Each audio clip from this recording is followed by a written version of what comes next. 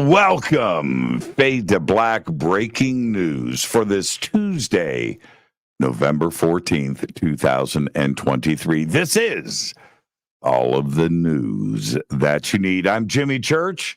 Help support the news, help support the show. Get your Faded Black T-shirts. Do it two ways. Two T-shirts to get. The links are below. Yes, I am back after an amazing weekend in Las Vegas at the Luxor Hotel for Stairway to the Stars. And tonight on Fade to Black, I will do a recap of Stairway to the Stars. And just to let everybody know what is going on, little programming announcement. After the show tonight, I leave to Peru. I'm not stopping. I leave tonight. And yeah, that's right. I was home long enough to feel my own bed. I am here today to do the news with you. Pack my bags, fade to black, get in the car, head to Peru. I will be there until November 30th after tonight's show, and I'll see you in a couple of weeks after I return. But I will be here for December. And I cannot wait for that, actually. So there you go. I'll be broadcasting and doing live streams and stuff from Peru. I'll be down there with Brian Forrester doing all of the stuff that you need to see in Peru. So I'm very excited about all of that. But I'll see everybody tonight live on Fade to Black for my Stairway to the Stars recap. I've got video, lots of video. Lots of images, lots of stories. Okay, so I'll see everybody tonight on Fade to Black. Right now, let's get to the news. On this day in history, 1969, Apollo 12 was launched, carrying a crew of Charles Conrad Jr., Richard F. Gordon Jr., and Alan L. Bean, not a junior. And 5 days later, the mission made the second landing on the moon on this day in 1969. Let's get to your Fader fact. Since we're talking about astronauts, Fader fact. And, you know, as Genocide likes to say, it's Taco Tuesday, but it's Burrito Tuesday. Burritos are the preferred delicacy among astronauts. In the weightlessness of space, food crumbs are a threat to equipment. Thus, burritos, which are crumb-free, have become the popular meal choice.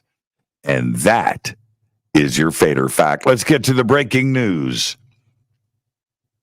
You guys hear that? Isn't that a strange sound? But it has gone away. I don't know. A team of archaeologists, geologists, and geophysicists recently published a paper in the Archaeological Prospection suggesting that Gunung Padang in the district of West Java province is not actually the naturally occurring hill that everyone thought it was. Instead, they say it's actually an ancient man-made structure, the oldest pyramid in the world.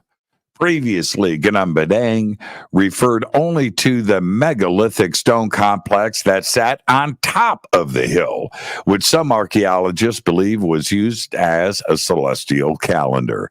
But the team's research now shows that the entire structure complex and hill itself was sculpted by humans beginning about 25,000 years ago. Danny Hillman Nadawajaja, he's a PhD and earthquake geologist and one of the co-authors of the paper, says, and I quote, he stumbled upon the hill with a peculiar shape and surprisingly well-preserved surface back in 2011 while examining the area's topography. The published paper was the first full discussion of their findings, and it included details surrounding the exact procedure they used to date the sections of the pyramid they discovered. That's right, it's now the oldest pyramid in the world. 25,000 years old. That is huge news. A circus lion escaped and was seen roaming around heavily populated streets for hours in the suburb of Rome on Saturday before it was sedated and captured by authorities. Alessandro Grando, the mayor of the seaside town of Ladispoli on the western fringe of the Italian capital, confirmed on Facebook just before 10:30 p.m., 4:30 p.m. Eastern Time, that the lion had been caught hours after the alarm was raised. The operation to bring the animal back into captivity involved Italy state police, local police, the military police force, and local volunteers. I wonder if the escape was caught on video. You know, how'd he pull it off? Check this out. Joining stars, planets, nebulas, and galaxies as a target for sky watchers, is now a surprisingly bright tool bag floating through space around Earth. The bag of tools gave NASA astronauts Jasmine Mogbelli and Laurel O'Hara the slip on November 2nd, 2023, as they were conducting a spacewalk outside of the International Space Station. The tool bag is now orbiting our planet just ahead of the ISS. With a visual magnitude of around 6. According to Earth Sky, this means that it is slightly less bright than the giant planet Uranus, the seventh planet from the sun. As a result, the bag, officially known as a crew lock bag, is slightly too dim to be visible by the unaided eye, but you can see it with binoculars. We'll leave that right there.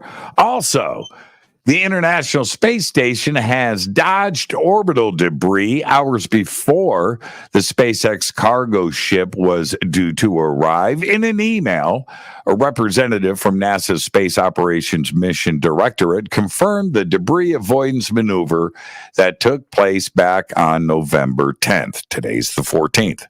This orbital debris maneuvering count jumped to 37 occasions overall, and twice alone in the month of August 2023 by the time the last report was available in the summer. The rumor is the debris was Russian. Yeah, probably was. Check this out. The Beatles have made a record-breaking return to number one on the UK charts with their latest and last song, Now and Then, becoming the UK's top single. Released back on November 2nd, Now and Then debuted on the UK's official singles charts at number 42 the following day. Just over a week later, on Friday, it became number one. The Beatles set a new record coming back 60 years and 6 months after their first UK number one, From Me to You, back in May 1963, according to official charts, beating Elvis Presley's span of 47 years and 6 months.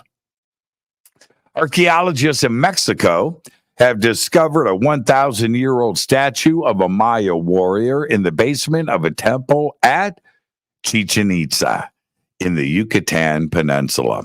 The statue depicts a warrior wearing a helmet shaped like a serpent with its jaws open, as well as a feathered headdress. Mexico's National Institute of Anthropology and History, the INAH, said in a statement, the statue is 13 inches tall and 11 inches wide. Aside from a crack, it's in pretty good shape. They say that the head may have once been a part of a larger design, and they are looking for that. And finally, I'll leave you with this. The Pentagon's UFO chief will step down next month after saying that several reported sightings of objects flying through the sky over the United States are either the work of foreign nations or aliens, warning that the latter would be the preferred scenario. That's right. Sean Kirkpatrick would prefer aliens. Kirkpatrick, head of the All-Domain Anomaly Resolution Office, otherwise known as ARROW, announced his plans to leave last week after heading the department for just 18 months, a job he'd rather retire from instead of finding evidence of extraterrestrials.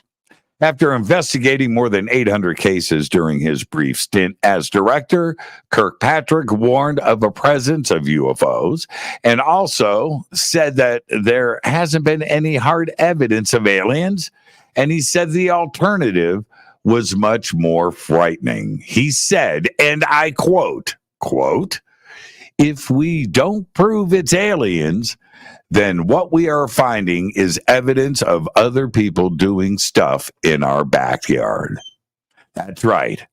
Sean just tapped out. And we all saw this coming. Seriously. There you go. There's all the Fade to Black breaking news that you need for this Tuesday, November 14th, 2023. Fade to Black breaking news is produced by Renee Newman. I'm Jimmy Church. Tonight on Fade to Black, I'm going to do a recap of Stairway to the Stars that happened this weekend, an amazing conference in Las Vegas, Nevada at the Luxor Hotel. And Adrian and I want to thank everybody that attended. We had an amazing time. The gala, the award ceremony was an amazing way to cap off the weekend. I've got video and images and stories that I'm going to present to everybody tonight. And then I jump on a plane to Peru. So I'll see everybody tonight. Until then, go Backley Tappy.